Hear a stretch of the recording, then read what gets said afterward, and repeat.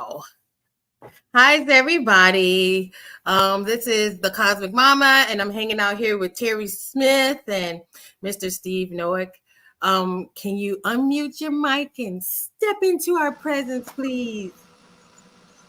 Man, Steve, it's been almost 2 years, I think, since we hung out with you. Really? That fast? Wow. It is.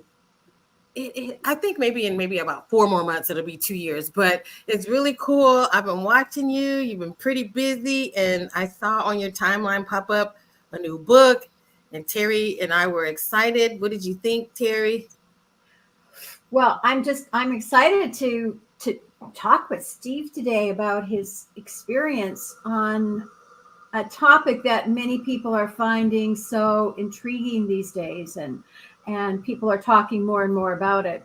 I can say from my personal experience, when I first looked into this 25 years ago, there wasn't a lot of information, but since then, a lot of people have come forward and are sharing their experiences, and it's I know it's transforming for a lot of people when they hear your stories.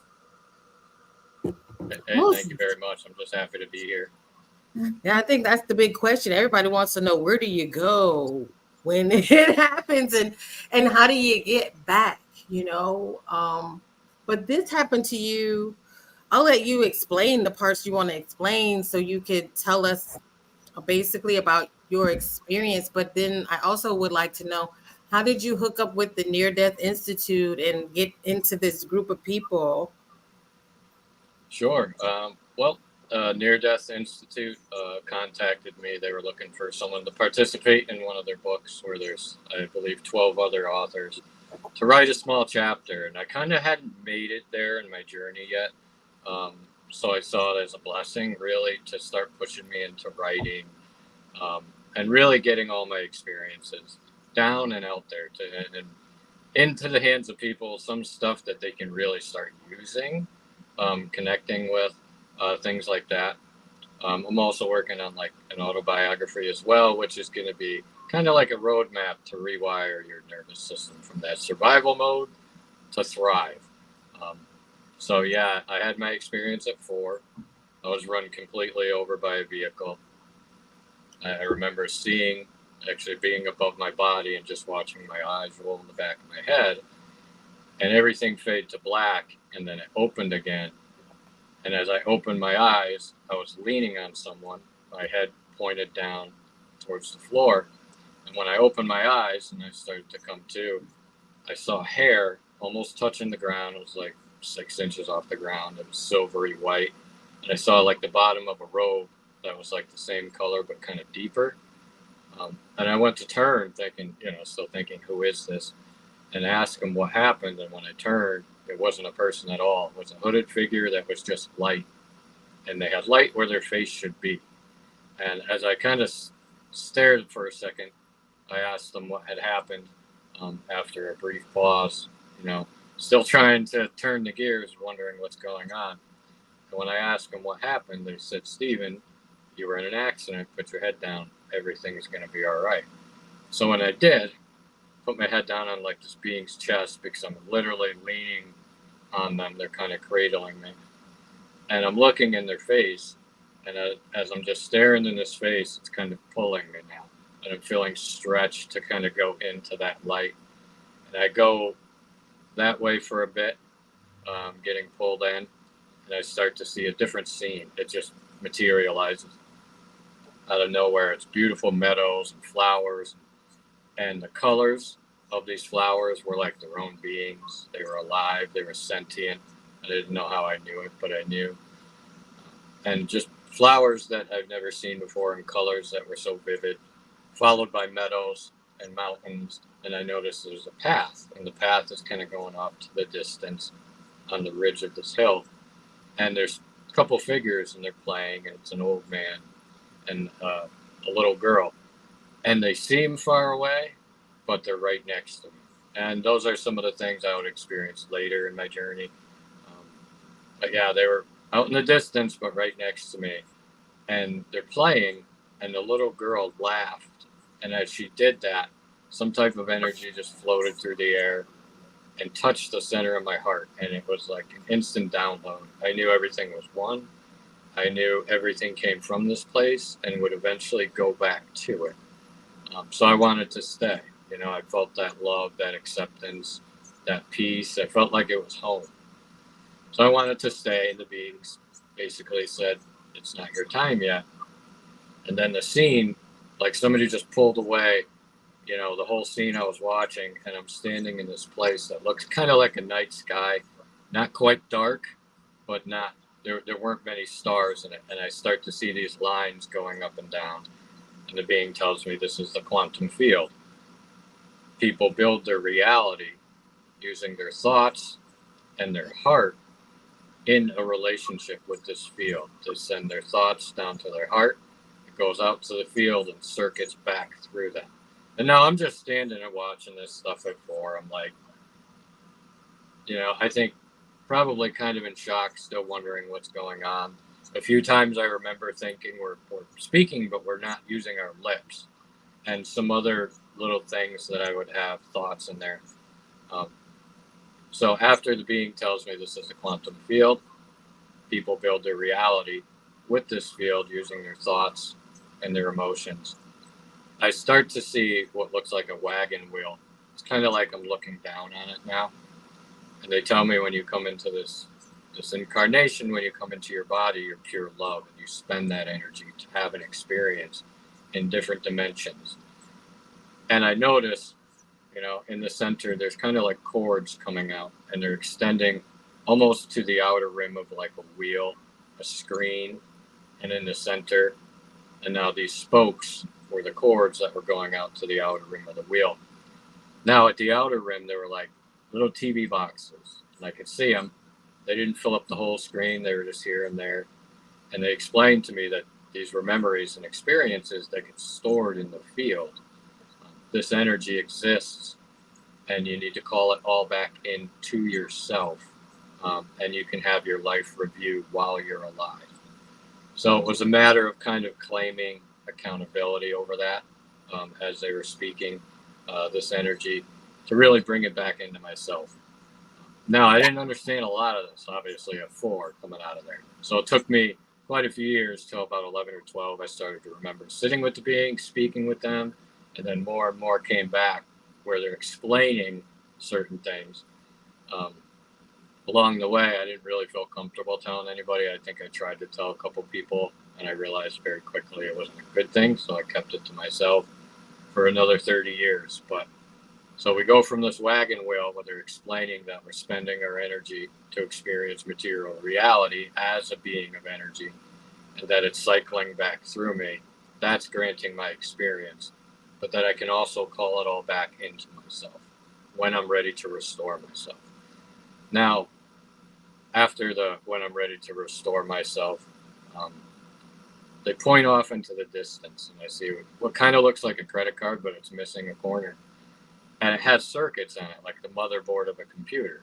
And they tell me this is your divine blueprint. All people have this. If they believe that this is their identity, this will restore them, body, mind, soul. It will basically rewire your system to heal itself. And also leave the matrix. Leave this system that you're in. And they started to explain that I was the energy playing the character, but not the character itself, and that it was a quantum theater, very similar to almost like a video game. And I was having memories, you know, they're showing me memories of being downloaded into the body, literally being downloaded and programming before I came here, some of my experience and timelines that I would visit later and also leave. And they explained a little bit about quantum leaping from timeline to timeline through gnosis in certain ways to speak to my system to magnetize it. They spoke about the necessity to make the conscious and subconscious mind one. This is what wires us out of this linear circuit system where we're pushed and pulled through our circumstances. rather than being the creator of our reality. So in short, they said it's tricky, but it's simple. If you believe you are the image of creator you were made in, you're going to start to recircuit yourself. You're going to start to come back online. So that kind of went away, and then I start to see a triangle kind of approaching me, and it stops, and it has 3 energies on each tip. And they explain this is Heavenly Father, Divine Mother, and this is Holy Son. Make the 3 one. And I'm just hearing this stuff, downloading it to unpack literally 35 years later when I'm a normal person. So I didn't understand like a lot of it as memories were coming back. Tried to talk about it, hid that. Later, when these energies did return, they explained to me that that was a circuit, that I was rewiring my system and how it processed and stored data. So I don't want to get too far ahead of myself. So I see the triangle. They explain to me this is the Trinity, Heavenly Father, Divine Mother. Make them one, and they'll have a son. And it's also thought and breath that will start this process. Conscious and subconscious mind, heaven and earth, as above, so below. So that's like giving me all these references to unpack later. So as I come out of that, I realize, I'm waking up. I realized something really different happened. Something happened that I didn't know what. I'm asking my parents, and they're telling me you had an accident. I'm like, no, there's more to it. So it took me till about 11 or 12, like I said, to start to get the memories back. And I'm like, it was a small confirmation for me. I'm like, yes, something did happen. I knew it. And it helped me explain the reason why I seem to be more sensitive than others. At first, I thought everybody was like that, but it seemed to be that I was a deep feeler, and could connect with animals in strange ways, and just little things. Very different thoughts about the world that you should have than you say your friends. So 11 or 12, that's when the memories start to come back. I think I tried to tell maybe my parents or friends. Didn't really do good. I realized how awkward it would make me seem. So I kept it to myself. And then 30, 35 years later, I'm going in to have surgery on my elbow, and I'm feeling real panicky. Now, I hadn't had any medication yet or anything. I'm just got unchanged, just sat on the bed where they're going to come bring me all that stuff to go in. And I wanted to get up and leave, and I don't know what it was, but it was like probably the largest feeling of panic I've ever had in my life come over me, followed by this warm love that started at my feet, and it sort of encapsulated me, and it was thick, and I could feel it. And it was like I was home again. And I was literally in the motion of sitting up to leave, and this energy just sat me down, and then it said, Stephen, put your head down, everything's going to be all right. And that was it. My world just broke apart there. All these emotions came rushing through me, all these visions, all these feelings. And it lasted for a good 5-10 minutes. And when it stopped, I was like, what the heck was that? So following that, I recognized that was the voice. That was the being that spoke to me at 4. And mind you, I'm just a store manager at a video game store, just trying to function and go to work. At this point, when this being contacted me again, I had already been run over by a car. Still have, deformed collarbone, shoulder blade, you name it. Now, that point, I had flipped cars over at 75 miles an hour. People flew out of the car. That's how bad it was. Crashed motorcycles, played sports, broke quite a few bones, ligaments. I was a hurting unit. I was in so much pain, it was ridiculous.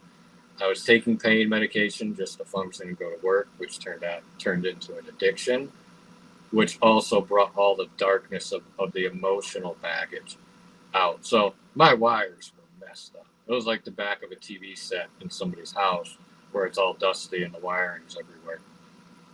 So they return. This being speaks to me. I have all these visions and emotions.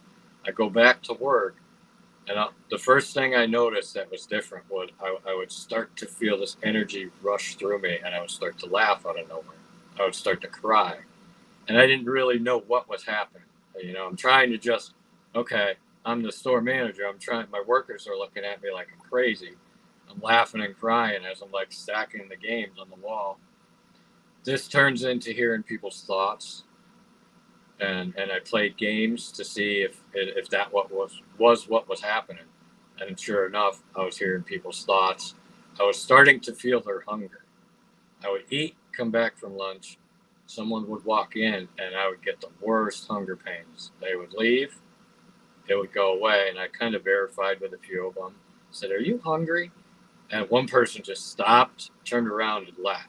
And a few people were like, "Yeah, I am hungry." Didn't think much of it. So it was thinking I was crazy. Then I start to see at night these little energies walking around, like moving around me. I'm like, did I just see something? Did I just see something? Did I just see something? Slowly, they start to become larger, and I notice they're more like silhouettes of people. They're walking back and forth. Some are smoky, dark, some are lighter. Um, so at first, I think I'm haunted. I start to tell them, go away. You're not welcome here and all this stuff. That's when I start to get like this feedback where they're speaking back to me. As well as when that occurred, the side of my head would start to spasm and I would get this wicked pressure. And eventually it got to the point where I was pretty scared, didn't sleep for a few days. I would try to go to sleep at night. And as soon as I lay down and my brainwave state would change, that's when it would start. And I couldn't shut it off. Now, I'll tell you, a lot of what they were saying wasn't nice. But what I picked up on was it was a lot of the ways I would communicate to my younger self growing up. You're never going to be any good. All these things that I used to tell myself as like this background dialogue. So I realized that these were being transmitted through me, that it wasn't happening to me, and that I was in control. And then that's when the beings kind of started to show up a little more. They were teaching me that I was a divine instrument, that I needed to tune myself. I was out of tune. I needed to tune my thoughts to match my emotions, to create the frequency that I wanted to move out of that space, to make the quantum leap, if you will. So during this time, I'm trying to function. My family thinks I'm crazy. I'm starting to read the Bible. I'm starting to go to all these churches. Didn't matter what denomination it was. And I was never religious, mind you. Never even went to church. So I'm starting to go to all these churches just to talk to people. And some of them thought I was crazy. Some listened, but I never really got any answers. And that was disheartening. Going to churches, trying to talk to people about a spiritual war for our quantum energy that all of a sudden I knew about for some reason, and nobody else did. And it was lonely for a while. My parents' partner at the time wanted me to see a shrink. And I'm like, no, this is real. Like, it wasn't happening to them, so they didn't understand. So after that, I started having balls of light just appear in the room.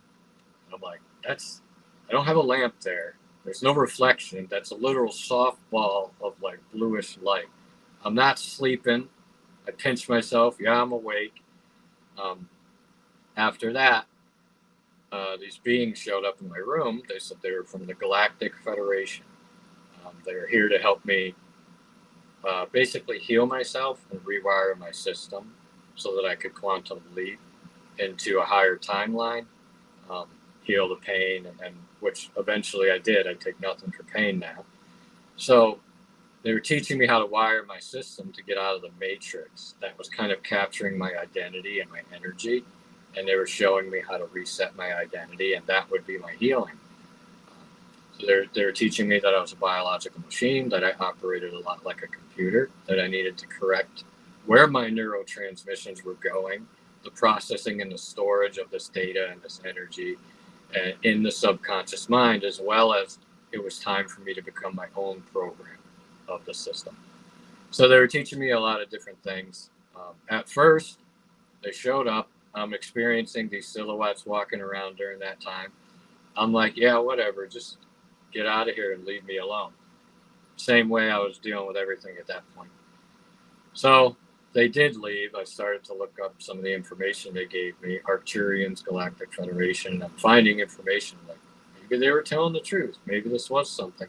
And I noticed their energy made me feel different. I noticed there was a change in pressure. I didn't see them.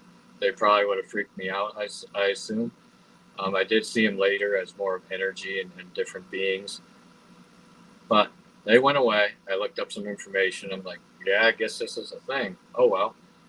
So they returned, started teaching me more. I listened a little better. I was also having like just this innate feeling like I had done this before. So I was praying to Creator, there's something going on with past lives here, let me know. And then I was brought into a vision where I was walking on a road, and it was probably the realest vision I ever had. I was looking out of my eyes, and I could see my tunic and my sandals. And I'm looking over to the left, and there's two rivers. I look to my right, there's a third river, and they're coming together in front of me. And it ended, and I'm like, well, this was my time of really questioning my sanity here. I'm like, thanks God, that's a great answer. So I looked it up on my phone, and it was the parting of the Red Sea. Now, I don't know who I was, but apparently I was there, absorbing some knowledge that was just being uncapped for this time. So that was also one of the experiences. Then I start to have dreams of being on ships that were all white. I had a slick white suit. I had no hair. Everything was smooth and round. They were days and weeks apart, but it was the same ship in different areas. I'd be in a different medical bay. I'd be in some birthing center. And each night I'd be covered in sweat when I woke up. I mean, drenched in sweat. So that started to occur. There was a day where I was really speaking poorly to myself. Same time I'm trying to shut out these energies, questioning my sanity. And I hear this voice to my right starts to tell me how beautiful I am, all these people that love me, all these people that I had helped. And I'd never gone to church, mind you. So I noticed the voice was a little steadier, clearer, stronger than any other kind of things I was experiencing. So I said, and very different. So I said, who are you? And the voice said, I am. And me, never going to church, I'm like, yeah, I am who? Voice says, I am. And then, yeah, I am who? As I escalate this because I had never heard this phrase. And then there's just one more, I am. And it was like instantly at that moment, I felt every single feeling I ever had in my lifetime. And every single memory, just like somebody hit a rewind on a tape reel. Boom, boom, boom, boom, boom. And it's just running through me separately, but at the same time. And it was very similar to that heavenly feeling of far away, but close. So it was all coming through me. Instantly, I started bawling like a reflex. I didn't think about anything. It just happened. And it was the hardest I had ever cried. And probably one of the greatest cleansing and experiences I had. So I'm trying to go back to work, trying to operate being a father at this time. So I go back to work. These are, over the weeks and months I'm having these experiences. And I have this woman fall outside my store, and she falls down on the ground. She's an elderly woman. She's in a lot of pain. And she's, making noises because she's hurt. And I was the first one there because I saw it happen. So I tell the other person at the restaurant next door that comes out, I say, go call somebody. They go and do that. I put my hand on her back for some reason. And because I just wasn't that type of personality at the time. I put my hand on her back, and she looks at me and she says, I'm all warm and I have no pain. And I was like, whoa, that was freaky, because I felt my hand get warm, and it kind of went up my arm. And then that just started my pursuit on, like, okay, what's happening? I came across Reiki healing, studied that, learned later how to hone it and dial it into 0 point healing. So they were teaching me how to create a direct current versus an alternating current. So if I'm in this alternating current, then I'm getting pushed and pulled through my emotions. If I'm in a direct current or a ground state, then I can't be pushed and pulled. I'm out of that matrix, those programs. So they were teaching me along the way how to heal my mind, my body, my spirit. And then eventually, using the things that I was shown, the Trinity, how to connect with that, claim back my identity as my divine blueprint, because the Lord world can't label that. They can't box you in with that. You're basically out of the matrix once you start to believe that you're the image of creator you were made in. So they're showing me how to do all these things, heal myself, and then eventually, part of my story became just telling others what I had seen, what I had used, and what I experienced. And it snowballed into like, hey, maybe I can help this person, into what I do now, where, I eventually left that job. I did dementia care and Alzheimer's for another, I think, 5 years after that, because I couldn't work with the public. I had to leave. It just got too invasive and intrusive. It was hard to separate reality. So eventually I went to work in service, and then I realized, as I'm doing this service with seniors, that I wasn't just wiping someone's butt. As crazy as that sounds, but I was wiping creators' butts. And these were all God's butts. And I was having those moments of, holy cow, and just witnessing this inner outer oneness. The more these beings visited, the more I started to feel that love that I felt in heaven, that pain-free, no suffering, no hate. And it wasn't that it didn't exist there, it was that it couldn't. It was vibrating so high. There was no form and function left for these other energies to operate. So I was starting to feel that. I'm out in my yard one day, sitting there, just looking at the stars, giving some gratitude. It's like evening, my favorite time of the day. And I feel myself start to get lifted. I'm getting lighter and lighter and lighter. And then all of a sudden, I'm out of my body. And I'm like, wow, all my pain just melted away. It wasn't even there anymore. Then these beings start speaking to me. They tell me they're a biological machine race called the Sig Real, and that they had merged with machines, so that they're energy and machine, and they were teaching me how to kind of correct my system to come back online. They were some of my teachers at the time. But as I went back into my body, I'm like, the first thing I noticed was, wow, that happened while I was alive. I can be out of this pain. And I started to have these experiences where I'm like, man, all I need to do is get back into that state of being. So that started my whole healing journey with correcting all the habits, patterns, and impulses. Start really looking within myself. What made me tick? Why did I think that? Why did I think that? Learning how to rewire these neurotransmissions back through my heart. That's the goal, is to circuit everything back through the heart before it speaks to the body, before it gets downloaded in the body. Therefore, I can embody more love. I can expand and be less attached to this place. So that's a lot to chew on. I guess I'll let people break in. One more experience. I go on lunch one day from work, and I go into this gas station. I'm ready to pay for gas. I'm standing in line. It's around Easter time. I'm getting pushed to cleanse. I have no idea what's happening, but I can't eat. It's like I just didn't need to. I had so much light in me, and I was sweating at night. It was like a purge was happening. A few years later, I figured out it was during Lent that this was happening. Mind you, never religious, didn't know what Lent was, didn't pay much attention. But during this trip to the gas station, this young boy is standing in line with his father, and he looks at him, and he's got empty hands, and he says, walks over to the peanut butter cups, and he says, "Can I have one of these?" The father says, "Yeah." He picks up one peanut butter cup, goes back into line, and then all of a sudden he does the same thing. And he didn't have two. And everybody else did the same thing. The cashier said the same thing too. And I was like, that was weird. I went back to my car, started up my car, literally walked out to the car. The radio is already on. So there's a woman winning a contest. They're talking about the answer. All of a sudden the phone is ringing on the radio. And then it's the woman, and they're asking her the question. I'm like, I just heard the answer. I already know the answer.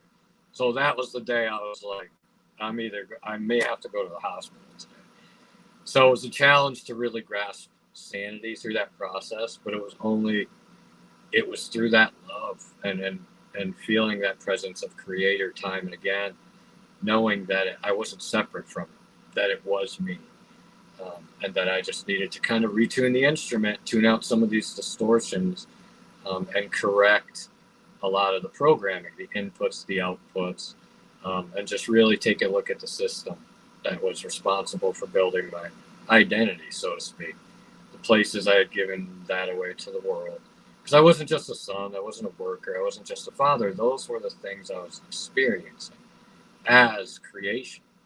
And it took me a while to figure out that I'm having a love story with all of creation, not just certain characters. So that it was getting narrowed down through my childhood trauma, whatever it was. But I had a lot of darkness and pain to overcome, I think, so that I could tell other people it can be done. And so now I work a lot with Gnosis and very interested in sending those signals of knowing into the body and watching the body heal. But yeah, I talked really a lot there, so I'll let anybody break in. I always talk a lot, so I'm gonna say, Terri, I didn't know if you had any questions about the story. About Oh, I've got lots of questions, but so this happened when you were 4 years old. Mm-hmm. the Yes. first, yeah. At your experience. So you have clear memories of it now, but as a child, you wouldn't have had any kind of point of reference. So yeah, there was really no ability to process or contrast or anything like that. I knew something had happened, but I could. It's like trying to remember what you ate last month on for lunch on a Wednesday or something Right. like that. It was there, but I couldn't quite place it. yeah, so Like, you said the memories then started to return after when you had the surgery. Is that no, 11 or 12 years old. That's when 11 the or memories 12? started. Yeah, so So I started to keep it to myself. It was like a small win for me. Okay, something did happen. I felt good about it. I tried to talk to maybe one or two friends, and I realized it just made me look crazy. So I just kept it to myself, and I never realized how much that affected me, as far as being sensitive and processing a lot more than other people were. mhm. So going back to the experience that you remember with this light being at the beginning, um, did you have a name or someone that you called them by, or it just was the presence? They came to be known as the Elohim Oh, it's to me. okay. All right. I know I had an experience, but it wasn't a near death, but it was about a death. And I was brought before this light being.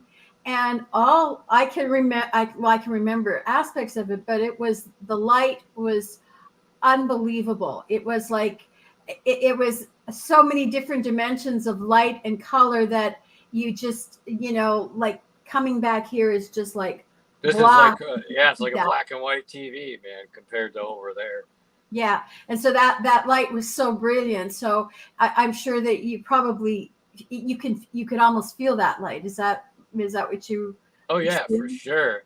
Not only that, like there were other references that, as I got older, helped me understand that it was real. Like I remember thinking, "This is so bright, but I'm not squinting. Mm-hmm. We're speaking, but we're not actually moving our mouths." So I had a lot of that to compare with other experiencers. But yeah, it was a light that was just emanating through everything. It's just that it gets distorted on the way out of us, you know. Yeah. So then when you were explained about the quantum field and the different timelines, do you think you've changed your timelines? Have you quantum jumped into another timeline, or is that something that you do, or is it a conscious awareness that we have to do that quantum jumping, or do we have to reach a certain frequency, a certain understanding to have that ability to do that? I don't think it is something I've done. I know I've done it. And Okay. when you It have almost seems like you realization, were forced, though, like because you didn't seem like you were going in that direction, even with those experiences, and it was like well, I could have like stayed. you were being smacked back into place. I could have stayed sick and tired and addicted and full of pain and anger at the world and all the people that I thought in these alternate realities owed me something or mistreated me. I could have stayed that way, but my choice was to stop being sick and tired of being sick and tired and start to go on that quantum journey of reclaiming every single image of me that was ever created in the moment of now, no matter what time it was in. And you can call it will, you can call it stubbornness, but I wasn't going to let these energies win or anybody else tell me who I should be or who I was supposed to be. So in the terms of quantum leaping, yeah, you need to use your conscious and subconscious mind together to be able to generate enough polarity to kind of unhook yourself from those grounds of these identities we hold in these different survival aspects of ourselves. So it's something, yeah, you need to work at for sure.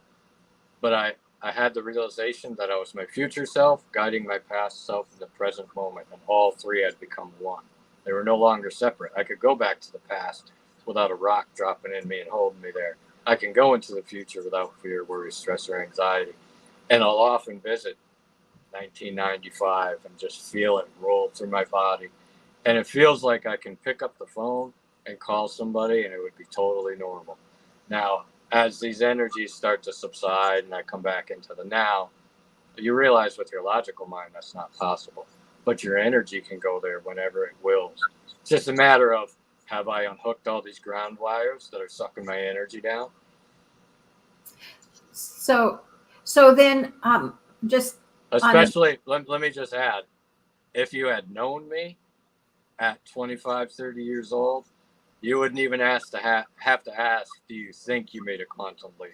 Yeah. Because I'm just an entirely different person. So much so that, like I said, my family wanted me to see a shrink.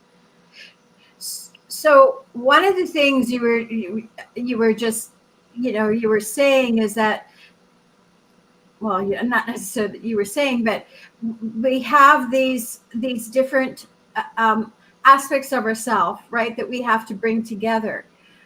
So I have, like there have been people who've given you, who brought forward understandings that when we have a choice, when we make a choice, the other choice is made too, and so we continue on another timeline. So do we have to bring those aspects of ourselves back into this timeline to bring it forward? Is that your understanding? If you want a singular experience, yeah, where you're not pulled off into these other energies and this other place. If you want to have a present moment experience, yeah, for sure. Also, if I want to heal, I don't want my energy spread out. I want it all in the center. Yeah. And so your experience, your near death experience, other people will have other experiences, and I have, for me, I've done a lot of work on that side through work that I've done with the Dying and Living program, which was part of the Monroe Institute. And so we've done several or quite a few rescues of people. And so we've found that people find these little pockets where there's a hollow heaven or a hollow hell, which is based on their understanding of their reality, and they get stuck in there. And there are beings who want to bring them out, but it's not always easy for those higher beings to help make people make that transition. Yeah, sometimes they need us on Earth to make the connection to their earthly self and to kind of go through that channel. Mm-hmm. But yeah, for sure. The singularity, the bringing Heavenly Father, Divine Mother together so they have a son, and realizing I had a literal son within me, that's what gave me the ability to move freely. Being wired in that direct current, that 0 point state, and how I'm able to heal so proficiently over vast distances, like any country, because we're all connected to the same energy. Just a matter of like getting it to circuit through and pumping it through so it clears out a lot of that data and that gunk. Mm-hmm. That cellular memory that we accumulate and store in our body, because we haven't brought it up and sent it back through the heart yet.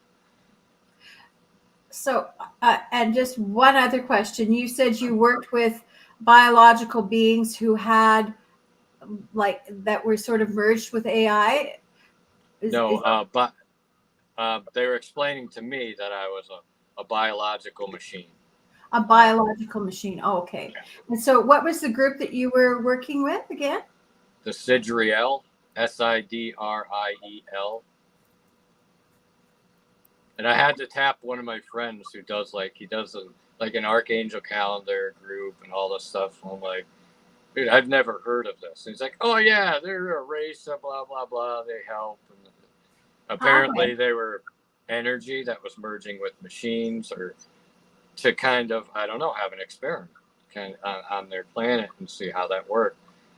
But that it was all connected to that same source. And it was during that time I was having the memories of logging in, standing at a console, programming my experience, remembering getting briefed on, we're going to forget when we come here. We're going to need to come back online and rewire ourselves, and all this different stuff coming in at that time.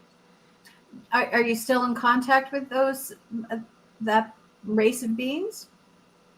They're probably speaking with us now. You wouldn't even know. But yeah, from time to time, they'll come and teach me and speak to me. But I don't get caught up in the hoopla. I'm like, it's all one. It's all coming from that same place I went to. So I don't like to dice it all up and put some shiny CDs on it and, you know, an alien sticker on my car or whatnot. Not that there's anything wrong with that. But to me, it all leads to love. It all leads to the same singular energy. Mm-hmm. So I want to praise that. I want to praise that Christ, that Son, that love. Mm-hmm. These are my guides. These are my friends.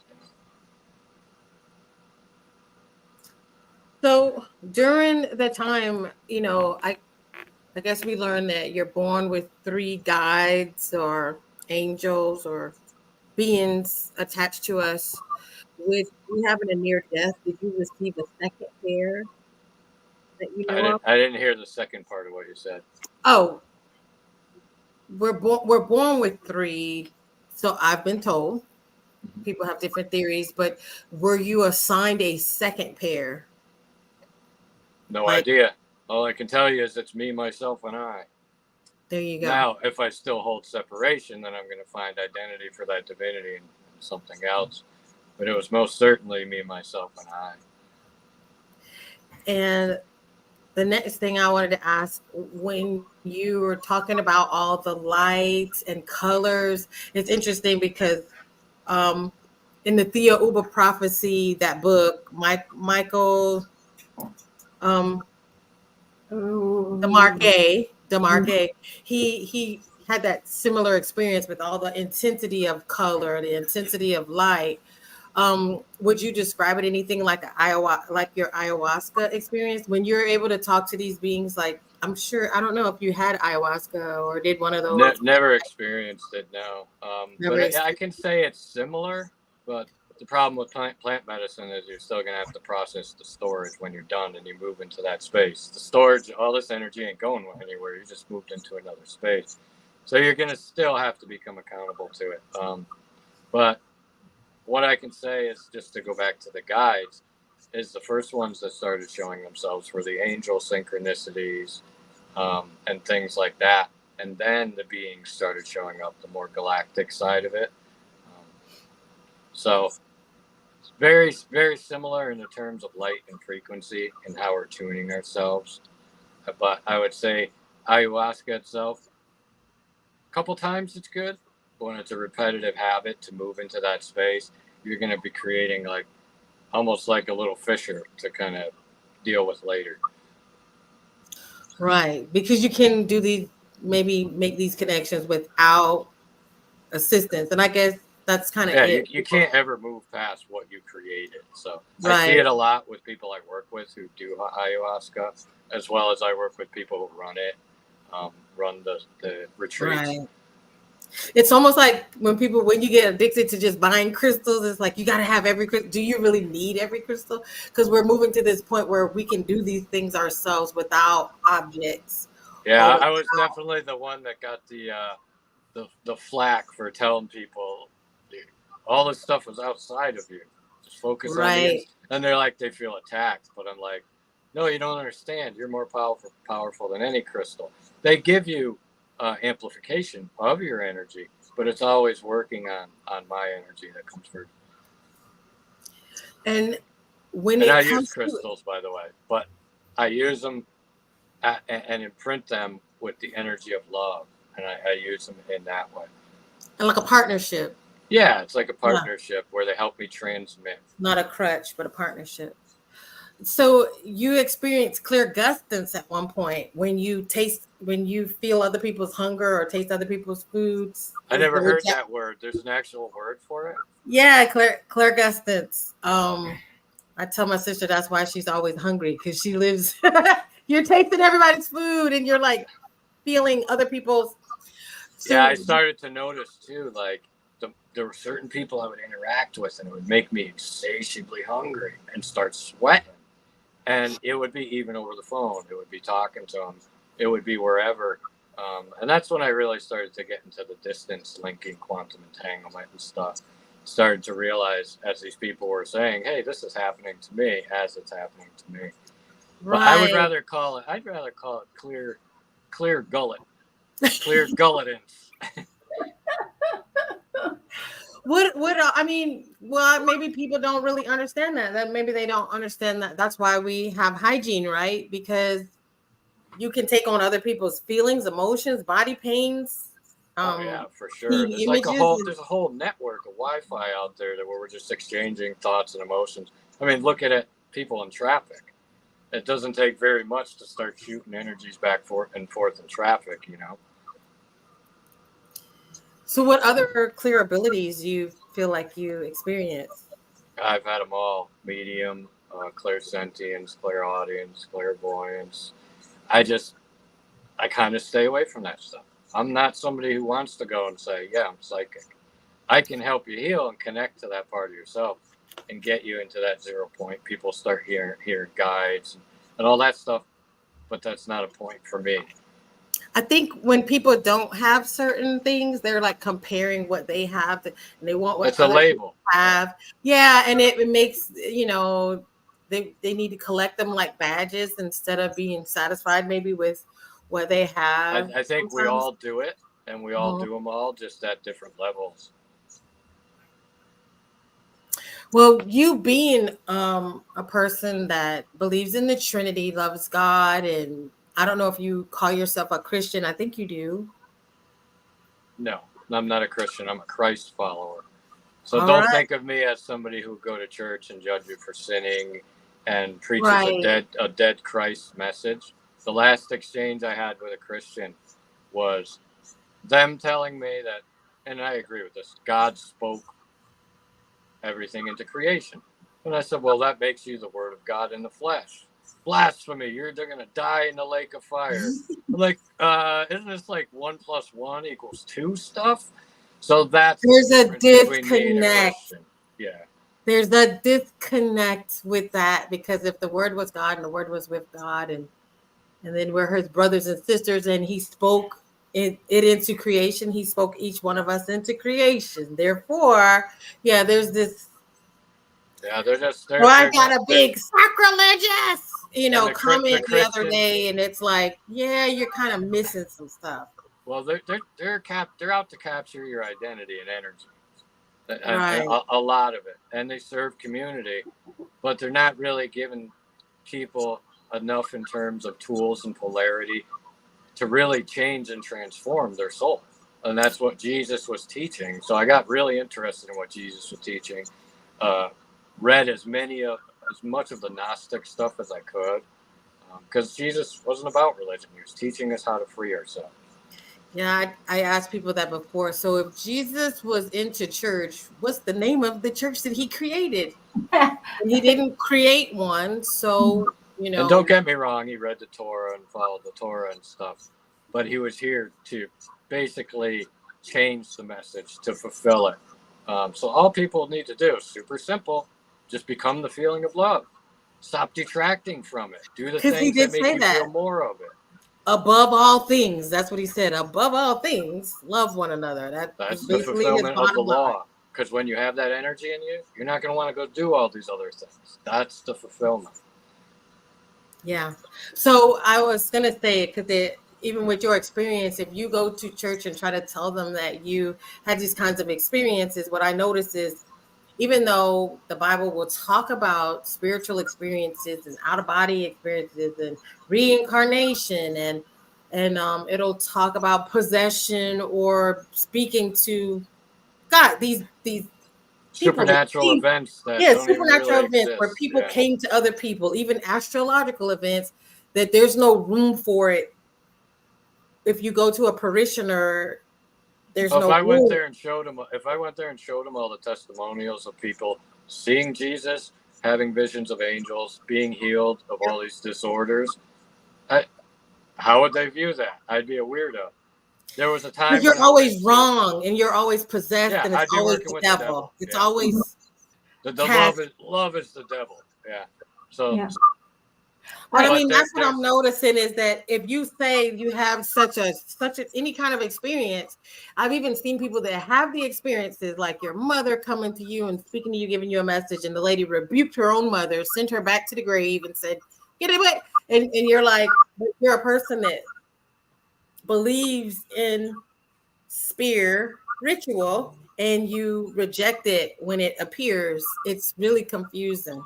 there's such a disconnect. I went to the church that I was literally baptized in as a baby because I wanted to take communion one day. I just wanted to go there and I do that. I'll go to different places.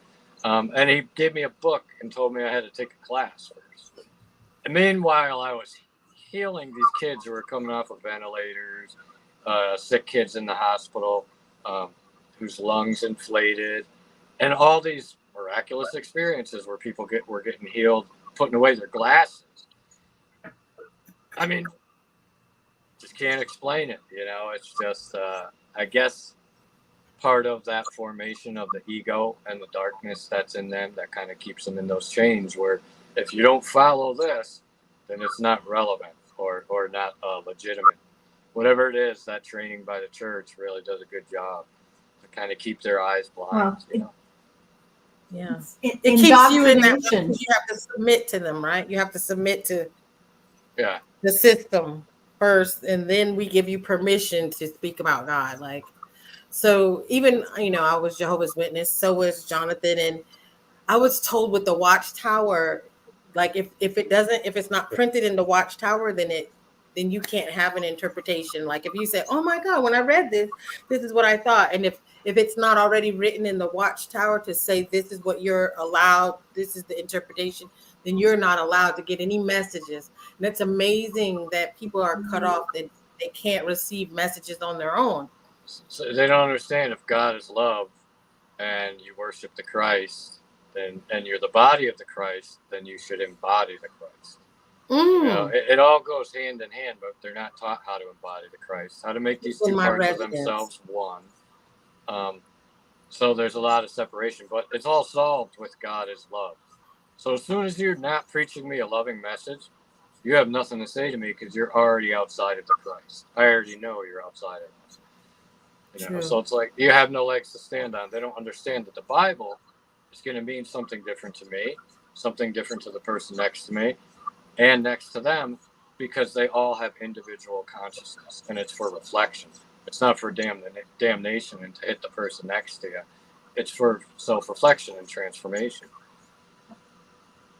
Furthermore, not going back and reading the Hebrew makes a big difference. Now, you don't need to read Hebrew. There's things like Strong's Lexicon where you can look up the root language and it's going to tell you something entirely different than how it was written in English because they didn't have the words in English to match the Hebrew. Yeah, I used to love having a concordance. So back to the book, did you get to meet any of the other people that were involved in making the book? It's a lot of names. I have not met, I met most of them, on the Zoom, not in person. So possibly at the near-death conference for IANS in Phoenix. Maybe some of them will be there. But yeah, it's great. There's a woman in there that was not that it's great. She was struck by lightning like 4 times or something like that. Wow. So there's definitely some really good stories in there. It's you can get it by searching Near Death Institute book on Amazon. What did I do? I closed the whole tab by accident. Oh. But, people should know we have the power in our own bodies to heal ourselves. It's just a matter of using these energies rather than allowing the world to use them to drain our quantum battery, really. Because there's a lot of dark programs out there that are going to try to go for that energy and our identity, whether it's the government trying to make you feel guilty for your medical choice, what kind of car you drive, whether it's a marketing campaign that makes you feel not good enough. They're trying to capture the gold, and that's your energy, your sacred energy that you're using to experience this reality. So this is cool. So the conference that you're talking about is where did you say it was? Is it open to the public or? I believe you have to register, but it's an IANS conference in Phoenix, and it's like a really big one. So I think it goes on for like a week or something like that. So there's many days, many different speakers. So I'll be there. Last year I was in North Carolina. That was great because I got to speak on a panel right before Chris Bledsoe. So that was super cool. And he had a lot of similarities between his UFO experiences and the triangle that I had seen, and these extraterrestrials that were also talking to him. So that was very cool. So that'll be Phoenix in August, the end of August. So you introduced me to Elle, and she's coming to talk to us on the 24th. But there's some suggestion that you guys will be opening up as a group for a panel for a Q&A. So I really think people should look forward to that in the future. And you're on East Coast time, right? Mm-hmm. Yep. But that's going to come up where people can actually talk to you all live and get because I think you can read the book, but to have you all in the room at the same time to be able to ask questions about it, I think that's going to be a phenomenal thing. I know we're going to keep track of it, Terri and I, so that we can share it with people. I'm not sure how much information you have about that yet. The virtual tour, I have it on my yellow notepad there. I just go. I don't think about things, dude. I just put myself in the place and go. Well, I'm really looking forward to that virtual. You're living in no time, right? Basically, yeah. Like the whole trip to North Carolina, right? First time speaking in front of a crowd of 100 people. They had someone cancel at the show with all these big names, and I'm like, yeah, I'll do it. The whole time I'm there, it's like Steve's in the back seat, and I'm just going on this amazing experience. And it was like, yeah, this energy is just driving me. I'm just kind of enjoying the ride. I have one question here. You were talking about your higher self, right? Yeah, and that being so. Do you have those conversations with your? Do you have a dialogue with your when you're in your mind? Are you? Yeah, I talk to myself a lot for sure, but I do a lot of programming so that the higher self can stay sustainable in the 3D. If I'm not doing the programming, then I'm getting wired out by the world. Then I'm not going to be able to kind of resonate enough to really bring that into the 3D world. That's why I want a clear system of all data and energy. Mm-hmm.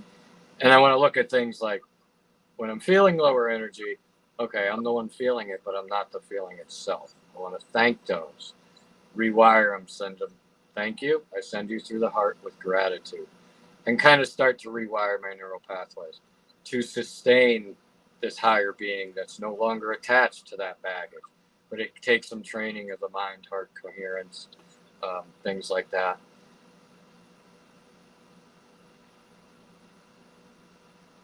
And wanted to say, so we had your website up. You do 0 point therapy. You're coming into doing public speaking engagements, and you have your podcast. I guess your podcast is on, like, we can find your podcast on the Trinity site. There's a few on there, but if you just look up my name on YouTube, there's quite a few.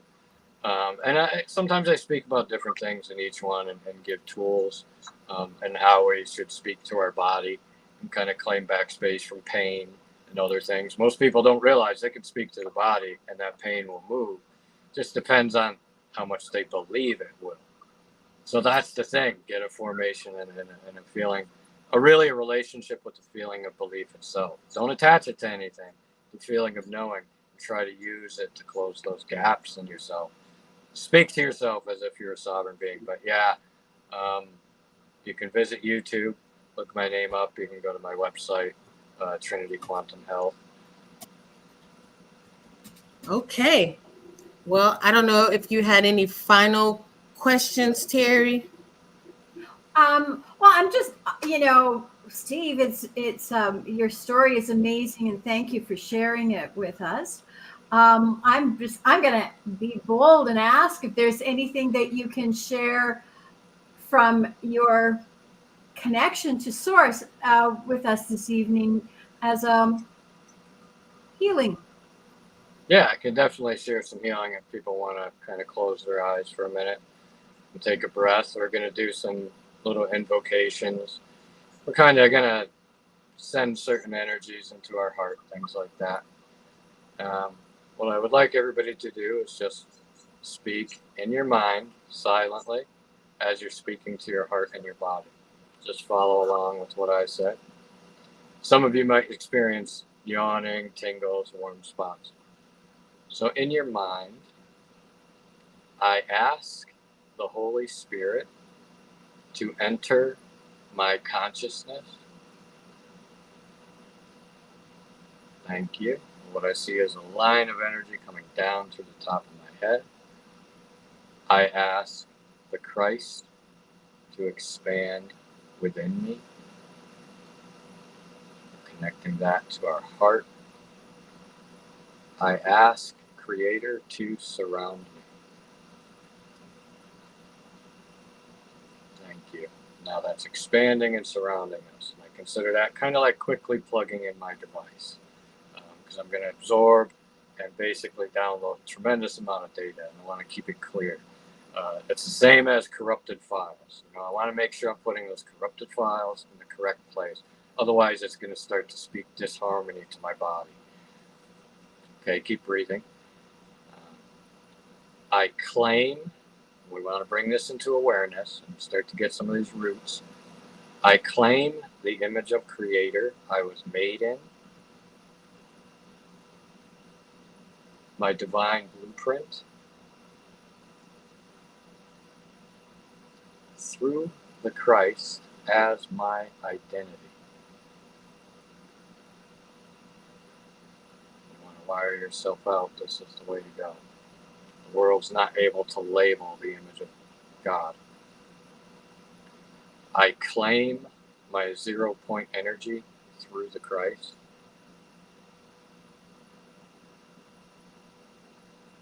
Thank you. That's that energy of refinement, bringing positive and negative to work together instead of against each other. Also, what we're trying to correct is that conflict of drives between the conscious and subconscious. I ask my guides into my sacred space. Thank you. I call all multidimensional aspects of myself, past, present, and future, into the moment of now through the Christ. Thank you. I thank and forgive all parts of myself and all others who were and are part of my experience. Now we're going to do a little firm programming. When you speak to your body, you speak these things to wake it up, to have it come back online. You want to make it non-negotiable. It already is. That's the type of signal you want to feel when you're sending these. Try to close the gap. So we're going to speak to our body. I am a sovereign being. It already is. I am a sacred being. I am a holy being. I am the energy of love, having a human experience. And everyone watching, everyone that watches us in the future, you were already loved before you came here. You were supposed to be human. So in remembering that, starting to put some of that foundation in there, a lot of that baggage goes away that we put on ourselves. I am already whole. This is where we want to kind of start relating to our divine identity. I am already whole. I am already accepted. I am already loved. I am already forgiven. And I am already validated through the Christ. In other words, your heart will validate you if you're not lying to yourself. That's why you want to be accountable to everything you create and have that relationship with the energy of love itself. A story is really that love story between yourself and creation. And now we're going to speak to some lower energies that we can release. I bind together all lower energies, frequencies, and densities, all lower data, programs, and cellular memory, all lower thought forms, embodiments, and false belief systems, all family generational karma, trauma, curses, or genetic imprints,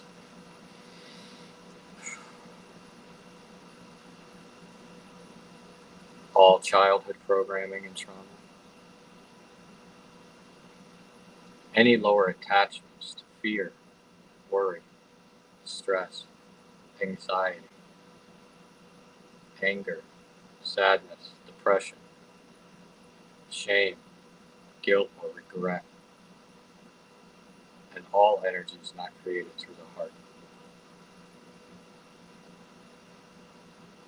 You are claimed by the Elohim as one through the Christ on every timeline, dimension, and reality.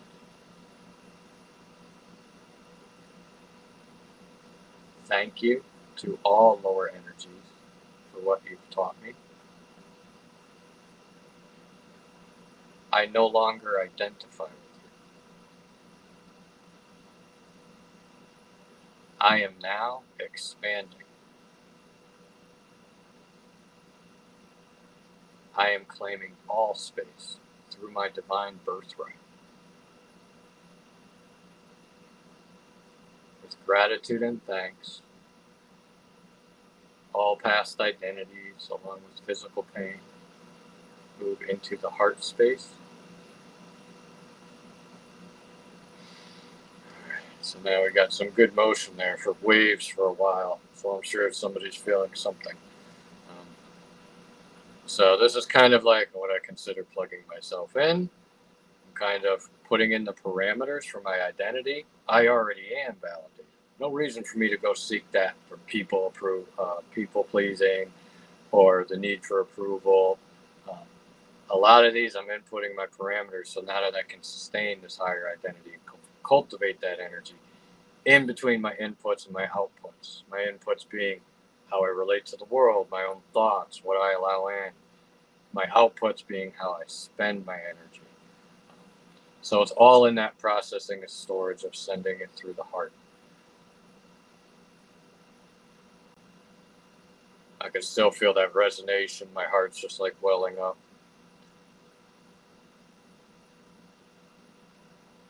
I can't hear anybody. Yeah, I can definitely feel just my and my heart space and that whole heart chakra, just everything, just that sort of that wave. It's amazing. Thank you. Hey, you're welcome. I realized that it was feelings, right? I felt that feeling at 4. I started to feel it again when these energies came back, but it was feelings that I was memorizing. So I'll work with a client, I'll have them connect to what they already were. We're both working with the same energy here. I'm just trying to help them circuit through their system and clean it out. But as I'm doing it, I'm remembering these feelings. I'll remember a feeling of when I went on a trip or when I was a little kid, because then I'm starting to send these signals through their system. Right. So it's a matter of kind of playing with that mind-heart mechanism and just learning, okay, I got this toolbox I can go to open my system up when my nervous system is feeling tight and closed, and it's my memories, that are stored in my heart, and the field as well. Wow. That's really quite amazing. Thank you. Thank you. Thank you. You're welcome. And that was part of the wiring yourself into a grounded state so that these other energies start to get discharged. They're not as strong. Mm-hmm.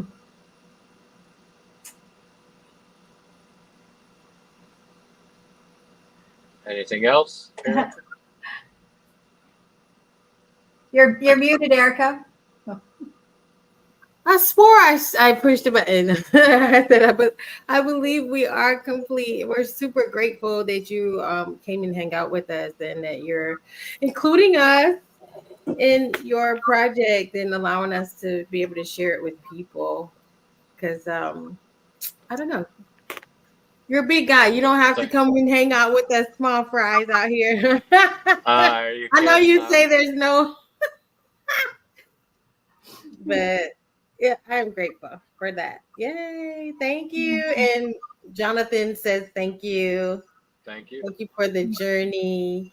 We totally appreciate it and look forward to watching this book roll out and seeing the people that it helps. And it's just going to be amazing for people to be able to discuss this with others. Because like you say, the things that are happening to people during this process, there's a limited place to be able to go and talk about it.